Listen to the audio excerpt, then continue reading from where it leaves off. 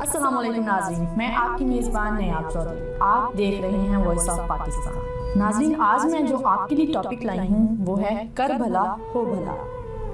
حضرت شیخ سعدی رحمت اللہ علیہ کا بیان کرتے ہیں کہ ایک نوجوان شراب کے نشے میں دھت بربت بجا رہا تھا کہ ایک نیک شخص کا گزر اس کے پاس سے ہوا۔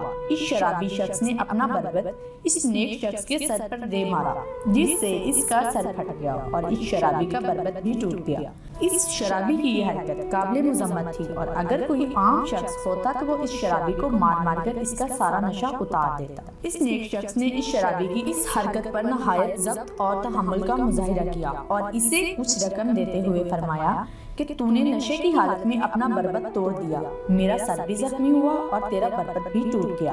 اللہ عز و جل نے چاہا تو میرا سر ٹھیک ہو جائے گا، لیکن تیرا بربت رقم کے بغیر ٹھیک نہیں ہوگا، تو یہ رقم تم رکھ لو اور اپنا بربت ٹھیک کروا لینا۔ حضرت شیخ سعدی رحمت اللہ علیہ اس حکایت میں بیان کرتے ہیں کہ برائی کا بدلہ بھلائی ہے، اور جو لوگ برائی کے بدلے بھلائی کرتے ہیں وہ اللہ عز و جل کی بارگاہ میں مقبول ہیں۔